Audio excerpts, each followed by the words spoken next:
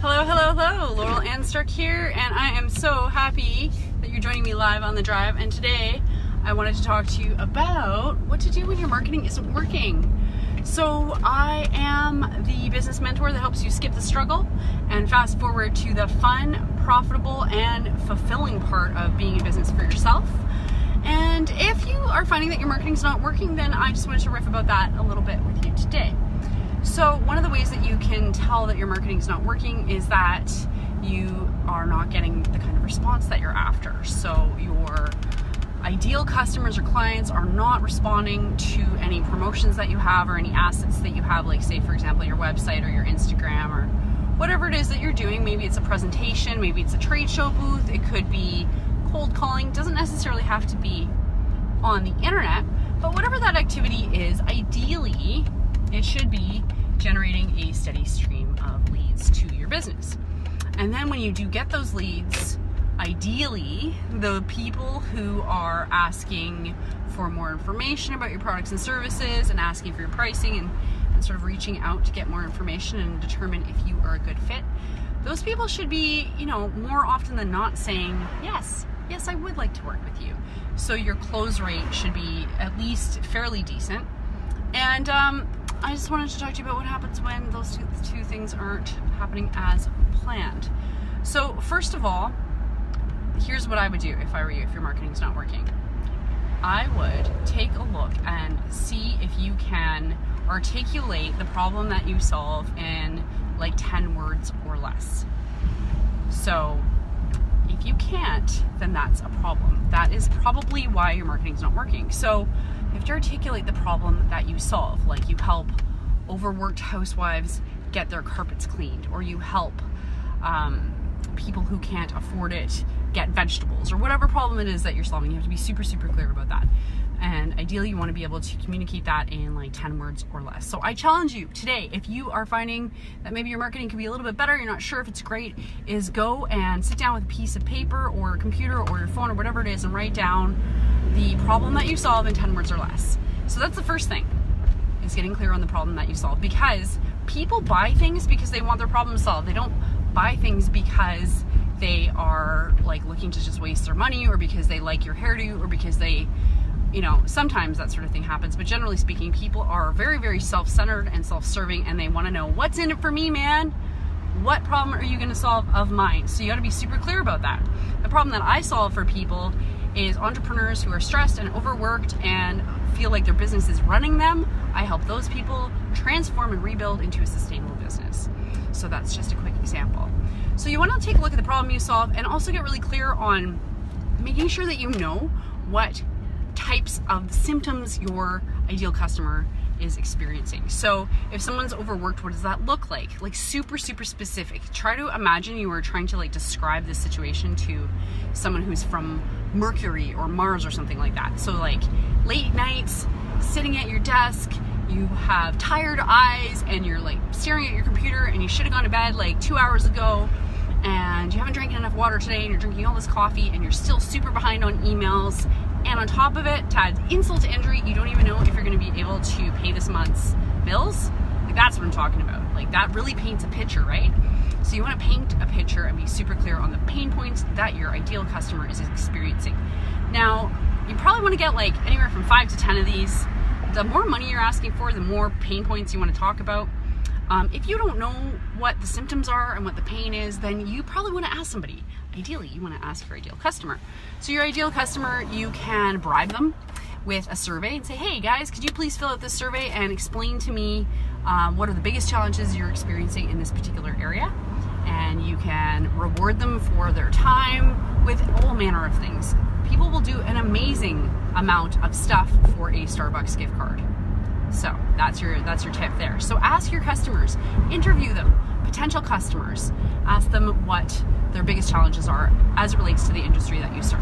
So you want to get super clear on the problem you solve, the pain points that they're experiencing, and I want you to like write it out as if someone is you're trying to explain it to someone who had just moved here from Mercury. So you want to be super, super clear about that, because that's the biggest, most foundational piece of your marketing, and that's the thing that I see people skipping or not getting really clear on before they do the rest of the stuff. Because it's so much easier to just buy a whole bunch of Facebook ads or like hire a coach or whatever, make a pretty Instagram thing, like create a meme or whatever. It's way more fun to do that stuff than to sit down and do the actual work of like getting inside the mind of your customer and like getting clear on what they think about, what they worry about, what keeps them up at night, what they hope for, what they dream for, and ideally capturing all that information using the exact language that your people use, right?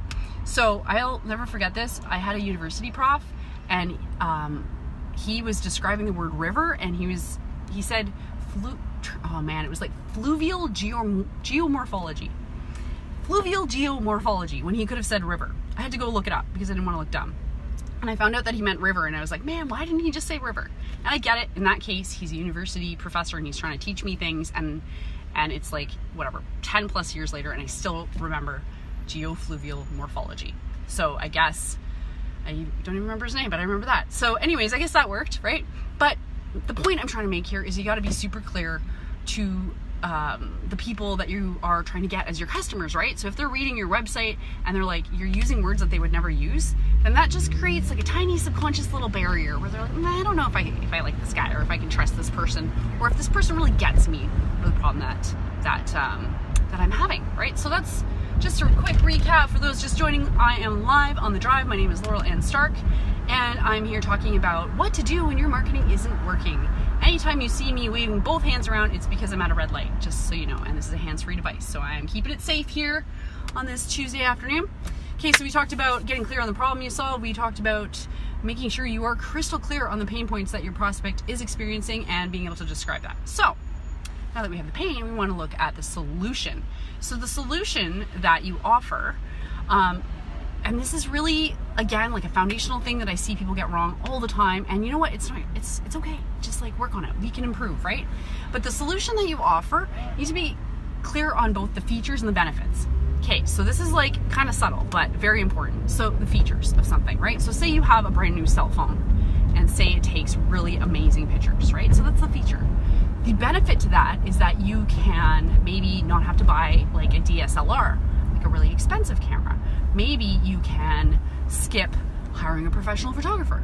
Maybe you can save money on stock images. So those are 3 benefits to that one feature, right? So again, it's answering the question, what is in it for me? Why should I buy from you? And what is this feature gonna do for me that, that's like we're spending money on, right? Because people usually stop at just the feature. They're like, oh, well, it has a really nifty camera. And you're like, yeah, so what? So what? I don't mean to be harsh here, people, but like that's really the reality of things. You gotta like convince people. So what? Well, I'll tell you what's up, is that you can save money on stock images, you can save money on a professional photographer, and you can also probably print your photos and send them to your mom for Mother's Day, thereby wowing her with your creativity. I don't know, I'm just making stuff up, but you get the point, right? So it's important to elaborate on the features, make sure you get clear on all that. So say you're running like, I don't know, a coaching program, or you're selling a car or whatever, so you wanna have like a bullet point list of all the things that it can do, and then why that's important and it relates to your client's lifestyle and set of problems. Ideally, each problem that they have that we elaborated on, you are going to be solving it with the benefits of your product or service. See what I'm doing there? So basically we're creating like a, I forget what that thing's called. I think it's like a balance. Can't think of the name, but anyway, it's like the symbol of courts and justice. It's like a balancing thing, and it's got 2 plates on either side, and they balance. Anyway, so we want to balance the problems with the solutions, and basically what you want to have is more solutions for them than problems, right? So really, really clear on the problems, and then like an outstanding amount of value. So that brings me to the next point, which is price. So the other thing you want to look at, so people aren't buying your thing, and a lot of times they won't tell you like, oh, I don't like your price. But something you want to look at is to make sure that the value of what you are offering is much, much, much greater than the price that you're asking. You want people to be like, oh man, really, that's it? Like that's what you want them to say when you tell them the price, because you want to show them that it will basically alleviate their pain points and also provide them with whatever benefits from those features, and just like stack them up and brainstorm and add as many of them in as you possibly can, and then look at your price. So either, if somebody's not buying your thing, there's 2 things that you might want to look at. The first one being that maybe your price is too high, right? And if it is too high, you can do 2 things. You can either drop your price down, and reduce it, which I don't recommend doing publicly because it kind of makes you look bad, you know? It's better if you just increase the value. So throw in a free thing, or like 50 free things, however many you need to make people go, oh my God, really? Yeah, that's a smoking deal. I'll totally take that. I will take the value. So another thing, there's a lot of things that could be wrong with your marketing, but this is kind of like a diagnostic checklist, like a do-it-yourself. See if you can find out what the heck is wrong with your marketing without hiring a single person. All you have to do is watch this video. You are welcome. So the thing that I want to talk to you about next is proof. So if you've ever driven past a McDonald's sign, and I know this is a terrible example, but if you've ever driven past a McDonald's sign, you will see that they say something like 1 million served or 1 billion served or whatever, right?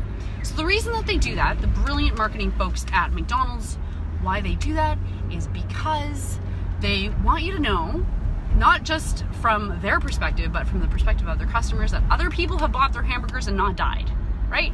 You drive past that and you know, you're like, okay, I'm not the guinea pig, I'm not the first person to try this thing, probably things are gonna be okay if I buy it, right?